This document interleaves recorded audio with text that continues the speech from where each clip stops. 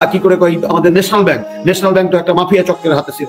সেই ব্যাংকটা তাদের একটি ছেলেকে টাচ করা যায় না। যে ব্যাংকের এমডি আরেকটি ব্যাংকের এমডি কে গুলি করে, বিমান চাটাট করে সে চলে যায় থাইল্যান্ডে, আইন তাদেরকে স্পর্শ করে না। আপনি কি নিয়ে আলোচনা করবেন? এটা তো হিরো রাজার দেশের মতো কখনো কখনো মনে হয় যে 5,000 টাকা লোন নেওয়ার জন্য একজন কৃষকের কোমরে দড়ি ওঠে, অথচ 50,000 কোটি টাকা, 4,000 কোটি টাকা, 2,000 কোটি টাকা পিকে হালদার, ওই যে ফরিদপুরে সরকার দলের এক ছাত্র সংগঠনের নেতা 2,000 কোটি টাকা। এই যে এগুলো যদি 1,000 কোটি টাকা যদি হিসাব শোনেন, মাথাটা নষ্ট হয়ে যাওয়ার মতো অবস্থা হয়ে যায় যে কি করে দেশের সম্পদ, জনগণের সম্পদ, জনগণের ট্যাক্স গুলা লোপাট করে নিয়ে যাচ্ছে কিছু লোকজন, এবং তার জন্য আইন সেখানে চুপচাপ থাকে, আইন সেখানে নীরব থাকে, আইন সেখানে কথা বলে না, সংবিধান সেখানে বাধা হয়ে দাঁড়ায় না। বা এই সমস্ত ঋণখেলাপিরা এবং লোন নিয়ে যারা পরিশোধ করছে না, তারা এবার আমাদের দেশের আইন প্রণেতা হচ্ছে, মন্ত্রী হচ্ছেন, তারপরে বড় বড় পদে যাচ্ছেন। এটি তো দুঃখজনক এবং এটি কষ্টকর। কাজী মেশন ভাই, গতবার যে লোনটা আমি করেছি, সেই লোনের ঋণ তো আমাকে শোধ করতে হবে। আমার মেট্রো রেলের লোন শোধ করতে হবে, আমার পায়রা বিদ্যুতের লোন শোধ করতে হবে, আমার কর্ণফুলীর টানেলের লোন শোধ করতে হবে, আমার এলিভেটেড এক্সপ্রেসওয়ে শোধ করতে হবে। তাহলে এই যে ডলারের দাম আমি 60 টাকা করে যে বাড়িয়ে দিলেন, এই বাড়িয়ে দেওয়ার ফলে আপনাকে কি হবে? আপনি সরকার, আপনাকে তো লোন বাবদ আরো অতিরিক্ত টাকা ব্যয় করতে হবে। আপনি তো টাকাই শোধ করতে হবে ডলারে। ডলার যখন আপনি 110 টাকার ডলার যখন 117 টাকায় আপনি কিনবেন, কিনে যখন আপনি সেই ডলার যখন আপনি ঋণ শোধ করবেন, তখন তো আপনার এই অর্থনীতির উপরে আরো বড় ধরনের একটা চাপ প্রয়োগ করবে। এই চাপটা কি করে সামলাবেন আপনি? তারপরে 2 নম্বর দেখেন, কয়েকদিন আগে আমাদের অলরেডি কিন্তু বিদেশি ঋণের পরিমাণ অনেক বেড়ে গিয়েছে, আরো যাবে। এবার বাজেটে ঋণ খাতি, লোনের সুদ খাতে যে চাপটা বৃদ্ধি পাবে, সেই চাপটা আপনি কি দিয়ে শোধ করবেন?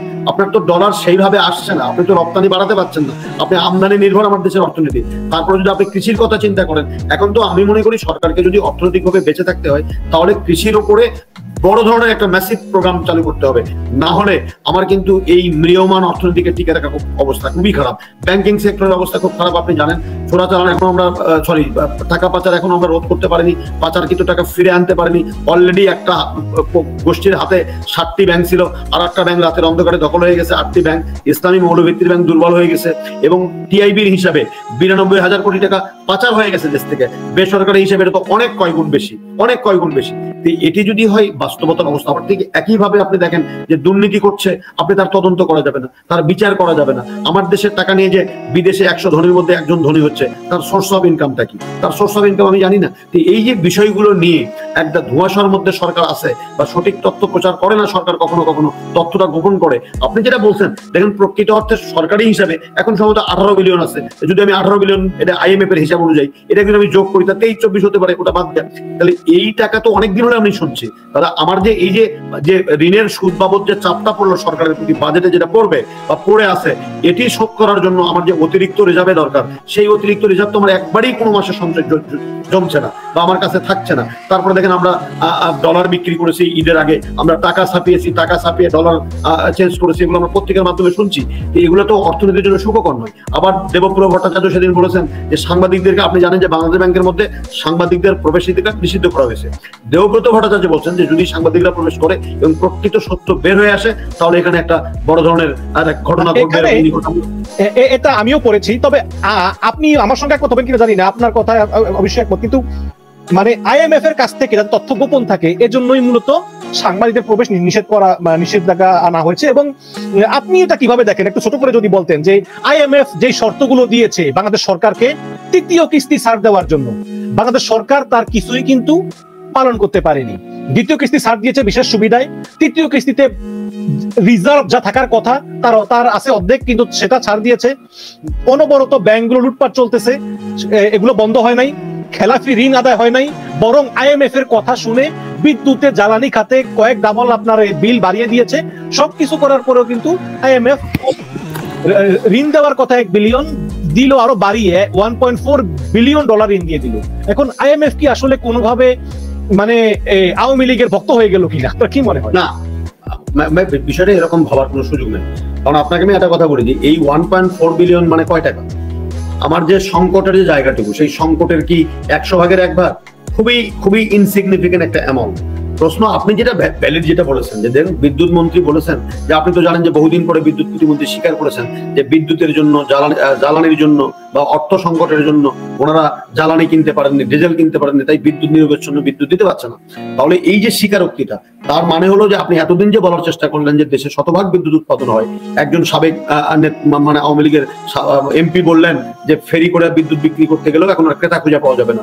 এখন তো মানুষ বিদ্যুৎ কেনার জন্য বসে আছে, কিন্তু বিদ্যুৎ বিক্রি করার লোক খুঁজে পাচ্ছে না, সরকারকেও পাচ্ছে না, বিক্রেতাকেও খুঁজে পাচ্ছে না। তাহলে বাস্তবতা হলো আপনি বলছেন যে প্রত্যেক 4 মাস পর পর আপনি সমন্বয় করবেন IMF এর কথা মতো। তা আপনি যদি সমন্বয় করতে চান, এমনি আপনি গত 2 বছরে বোধহয় সম্ভবত 13 বার কি 14, 11 বার কি 12 বার ভোক্তা পর্যায়ে বিদ্যুতের দাম বৃদ্ধি করেছেন। তাহলে এই বৃদ্ধি করার পরে যদি আবারও যদি আপনি বিদ্যুতের দাম বৃদ্ধি করেন, তাহলে সরাসরি এর প্রভাব কিন্তু পড়বে আমাদের কৃষিতে, সরাসরি এর প্রভাব পড়বে আমাদের উৎপাদনে, সরাসরি আমার প্রভাব পড়বে কিন্তু আমাদের দৈনন্দিন ব্যয় নির্বাহের জীবনে। কারণ যদি জ্বালানির তেল দাম বৃদ্ধি করেন আপনি, তাহলে কিন্তু মাথায় রাখেন আপনার গাড়ি ভাড়া বাড়বে, আপনার পণ্য পরিবহন ভাড়া বাড়বে, শিল্পে যে বিদ্যুৎ উৎপাদন করবেন সেই উৎপাদনের খরচ বাড়বে। এগুলা সবচেয়ে মজার ঘটনা দেখেন যে অপরিকল্পিত বিদ্যুৎ ব্যবস্থাপনা যেটা আছে বা সমন্বয়হীনতা, সেটা আমাদের কিন্তু ভোগাচ্ছে। 1 নম্বর কুইক রেন্টাল বা রেন্টাল আমরা স্বল্প মেয়াদের জন্য চালু করেছিলাম, সেটা দীর্ঘমেয়াদী তৈরি করে 1 মেগাওয়াট বিদ্যুৎ উৎপাদন কখনো কখনো না করেও আমরা ক্যাপাসিটি চার্জের নামে হাজার হাজার কোটি টাকা আমরা ভর্তুকি দিচ্ছি, যেই ভর্তুকিটা ভোক্তা কোনো তার সুবিধা ফল ভোগ করছে না। আমি কালকে দেখলাম যে বিদ্যুৎ খাতে গত 1 বছরে 11,000 কোটি টাকা আমরা লস করেছি, ভালো কথা লস করলাম, কিন্তু আবার ওদিকে আমাদের শুধু ওই আদানি গ্রুপ তারা বিদ্যুৎ বিক্রি করে 10,000 কোটি টাকা লাভ করেছে। আবার অন্যদিকে আপনি দেখেন যে সরকার দীর্ঘদিন ক্ষমতায়, তারা আমরা আমাদের দেশের রোড ঘাট নদী বন্দর সবকিছু দিয়ে দিয়েছি, কিন্তু আমাদের মানে কি বলবো যে নতজানু পররাষ্ট্রনীতি বলবো নাকি দুর্বল পররাষ্ট্রনীতি বলবো না, কি পররাষ্ট্রনীতি বলবো আমি বলি না, এই পররাষ্ট্রনীতির কারণে আমরা কিন্তু নেপাল এবং ভুটান থেকে আমরা জল বিদ্যুৎ, ওদের যে জল বিদ্যুৎ সারপ্লাস আছে সেটা আমরা মাত্র 24 কিলোমিটার কি 25 কিলোমিটার যদি আমরা ট্রানজিট পাই, তাহলে সেই বিদ্যুৎটা নিয়ে আসলে আমরা স্বল্প খরচে বিদ্যুৎটা নিয়ে আসতে পারি, সেটা আমরা পাচ্ছি। এখানে একটা শুভঙ্করের ফাঁকি আছে, সেটা হচ্ছে কি সরকার অনবরত বলতেছে যে বিদ্যুৎ খাতে আর কত ভর্তুকি দেবো, কিন্তু এই ভর্তুকির 60% কিন্তু হচ্ছে ক্যাপাসিটি চার্জ, যেটা অপচয়, যেটা লুটেরাদেরকে প্রশ্রয় দিচ্ছে। এবং সবচেয়ে বড় কথা হলো আমাদের ইউরোপে কিন্তু সরকার বিদ্যুৎ খাতে কোনো ভর্তুকি দেয় না, কিন্তু সরকার ট্যাক্সও বসায় না। বাংলাদেশে জ্বালানি আমদানির উপর সরকার 30% ট্যাক্স বসিয়েছে। কেন বসিয়েছে ভাই? এটা ইংল্যান্ড আমেরিকা তো বসায় না, ভর্তুকিও তো বসায় না, আন্তর্জাতিক বাজারে দাম কমলে কমায় বাড়লে বাড়ায়। এখানে 30% করে বসিয়েছে, ক্যাপাসিটি চার্জ দিয়েছে, আদানিকে 3-4 গুণ বেশি দরে বিদ্যুৎ কিনেছে, কিনে একটা লুটপাট করে এখন বলে যে আমরা আর কত ভর্তুকি দেবো। তো এই হচ্ছে কি অবস্থা।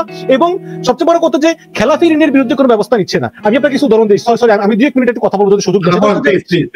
যেটা হচ্ছে এই যে আমাদের ইউটিউবার রাফসান দা ছোট ভাই, আপনি দেখতেছেন উনি ফুড ব্লগ করে সম্প্রতি উনি ওনার বাবা মাকে আউডি গাড়ি কিনে দিয়েছেন। কোনো সমস্যা নাই, একটা ছেলে সে ইউটিউবিং করে আউডি গাড়ি সে কিনে দিতেই পারে। কিন্তু আমরা দেখলাম যে এই তার বাবা মা 3.25 কোটি টাকার উপরে ঋণ খেলাপি। এই রাফসান দা ছোট ভাইয়ের বাবা একটা গার্মেন্টস আছে জ্যাক স্পেন্সার অ্যাক্সেসরিজ, সেটার নামে আপনার ট্রাস্ট ব্যাংকের শাখা থেকে 2.5 কোটি টাকা ঋণ নিয়েছেন 16 সালে। তার বাবা জাকারিয়া আর মা কাজী নুরুন্নেসা শেহলি। এখন পর্যন্ত আপনার সুদে আসলে 3.5 কোটি টাকা হয়েছে, কিন্তু তিনি তার বাবা মাকে আপনার 2.5 কোটি টাকা দামের গাড়ি দিয়েছেন, কিন্তু ওই 3.5 কোটি টাকা ঋণ খেলাপি তিনি এটা দেন নাই। এবং এটা দেন নাই এবং শুধু তাই না, আপনার এটা একটা উদাহরণ দেখালাম আর কি, এই রাফসানের একটা উদাহরণ। ইনফ্যাক্ট দেশে এমন বড় বড় ঋণ খেলাপি আছে যারা এভাবেই কিন্তু মানুষের টাকা মেরে খায়।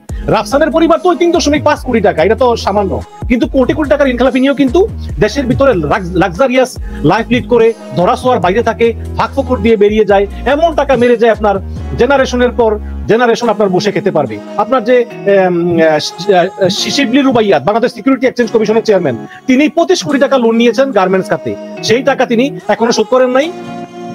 আবার এই সাকিব আল হাসান মোনার্ক হোল্ডিংস এর মাধ্যমে দুর্নীতি, কত স্ক্যান্ডাল, কত কিছু করলো, এগুলো মানে কোনো ব্যবস্থাই নেওয়া হয় নাই। আজকে শুনলাম, আজকের খবর এটা, 33,53,50,000 টাকা ঋণ খেলাপির জন্য আপনি নিশ্চয়ই চিনেন যে সাবেক প্রবাসী কল্যাণ মন্ত্রী চট্টগ্রামের নুরুল ইসলাম বিএচি তার ছেলেকে দেশ থেকে নিষেধাজ্ঞা দিয়েছে। এটা কোনো শাস্তি হলো? আর আপনি প্রফেসর হাসানাত আলী, আপনি ব্যাংকে যান 5 লাখ টাকার জন্য, আপনাকে ঋণ দিবেন, আপনার ঋণের জন্য দ্রুত আপনার জুতা তলিক হয়ে যাবে। তাহলে এটা কিভাবে হয়? মানে সরকার কেন এই বড় বড় ঋণ খেলাপিদেরকে আরো প্যাট্রোনাইজ করতেছে? আপনাকে একটা কথা বলি, গরিব মানুষ যখন লোন নেয় তাদেরকে কোলেটারাল দিতে হয়, জামানত দিতে হয়, বাড়ি অথবা জমি জামানত দিতে হয়। কিন্তু একটা পর্যায়ে তাদের ওই বাড়ি গাড়ি সব ভ্যানিশ হয়ে যায়, তারা নিজের থাকে না, লোন শোধ করতে পারে না বলে। কিন্তু বড় লোকেরা লোন নিলে তার জমি বাড়ি গাড়ি ভ্যানিশ হয় না, তার তার ব্যাংকাই ভ্যানিশ হয়ে যায়। এটি হলো বাংলাদেশের বাস্তবতা। এখন আপনি যে কথাগুলো বললেন, এটি কেন আপনি কি দেখেননি যে একজন ট্যাক্স না দেওয়ার জন্য জরিমানা দিচ্ছেন, জেল খাটছেন, শাস্তির ভোগ করছেন, আবার এই সরকারি বাংলাদেশ ব্যাংক হাজার হাজার টাকা, হাজার হাজার কোটি কোটি টাকা, তারা শত কোটি টাকা, 200 কোটি টাকা, অনেক টাকা ঋণ মকুব করে দিচ্ছেন, সুদ মকুব করে দিচ্ছেন। এই ধরনের তো রাজনৈতিক বিবেচনায় এই কাণ্ড কারখানাগুলো তো হচ্ছে।